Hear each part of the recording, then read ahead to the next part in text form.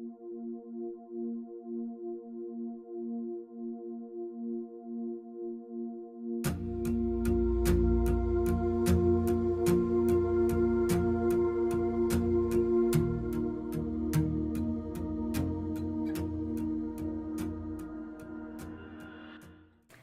there, my name is Denise Engelbrecht, and I wanted to introduce myself and tell you a little bit about who I am and where I've come from.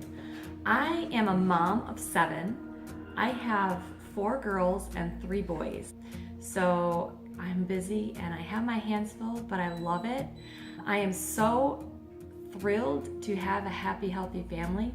That is a big deal to me because when I was growing up, I was raised in a very dysfunctional home. And I knew that growing up, I did not want that dysfunction. I wanted a happy, healthy family. When I was growing up, like I said, it was not healthy at all. It was very dysfunctional and very unhappy and unstable. And I know a lot of people, we all have some dysfunction to some degree growing up, but in my situation, it was more than the normal dysfunction. So many times that I was in situations where my siblings and I didn't know if we were going to make it out alive. We didn't know how things were going to end up. And just to give you one example of what I'm talking about, I was about 5 years old. My little brother was 3, and he was a curious little toddler. There was a lighter on a stand, and he was curious and picked it up and started to look at it and kind of play with it a little bit. The person that was taking care of us at the time picked my brother up and picked the lighter up, and because my brother was playing with the lighter, thought that he would teach my brother a lesson and started to burn his little pudgy toddler hands all over and over again, and just continued to burn him. My brother was crying and screaming because he was hurting and he was scared, and I was in the background crying and screaming because I was scared for my brother. It was one of the traumatic memories that I remember growing up, one of many. And I could go on and tell you about different situations, but I just wanted to give you a little bit of an idea of the extreme that we dealt with.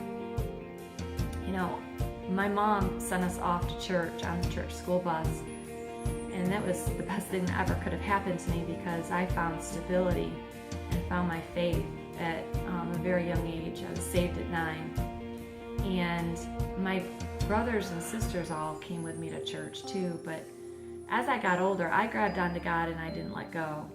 And as my siblings got older, they grabbed onto drugs and alcohol.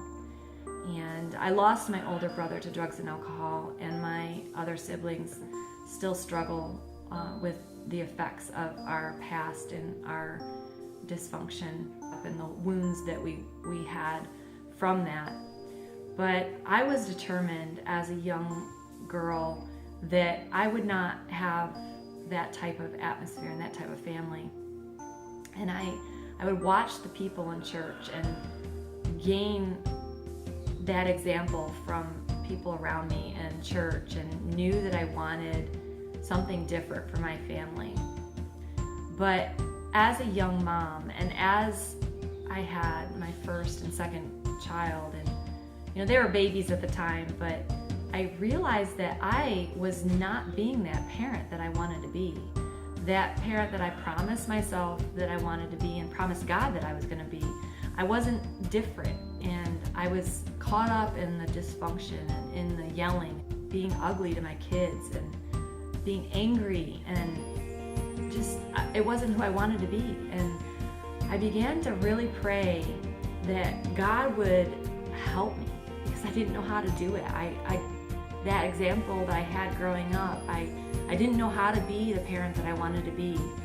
And so I continued to pray and cry out to God and ask Him, please help me be better and be a good mom. And He did that. He sent resources, and He sent people, and He sent things into my life to help me be a better mom and be a better person and be healthier. And it took a while. It took quite a while, But little by little, I became a better mom. I became a healthier person, and I overcame those things that were holding me back from being who God created me to be. One night, I was at our new church. We had just started going to a new church, and we were sitting there, and whatever the pastor was talking about, I don't remember exactly what it was, but whatever he was talking about was stirring up in me this feeling of, God, what is my purpose? I know that my purpose is to be a mom and a wife, but what else besides that am I supposed to do in life? And how am I supposed to make a difference for you and for your kingdom? And I just kept praying that. And we came home and we put the boys to bed. And I sat on the couch still praying this, talking to God about it. So I sat there on the couch in the peace and quiet of my home. And all of a sudden, I started to get this, I can just explain it this way. It felt like a computer download.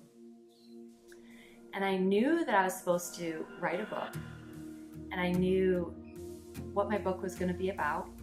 And I knew 8 of the 11 chapters that I was supposed to write in my book and what they were supposed to be about. And I knew it was supposed to be my testimony of growing up in a dysfunctional home and then how I overcame that.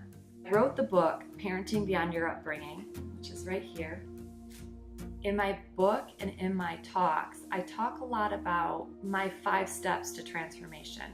I break it down into step-by-step process so that people be able to walk it out in their own lives very simplistically.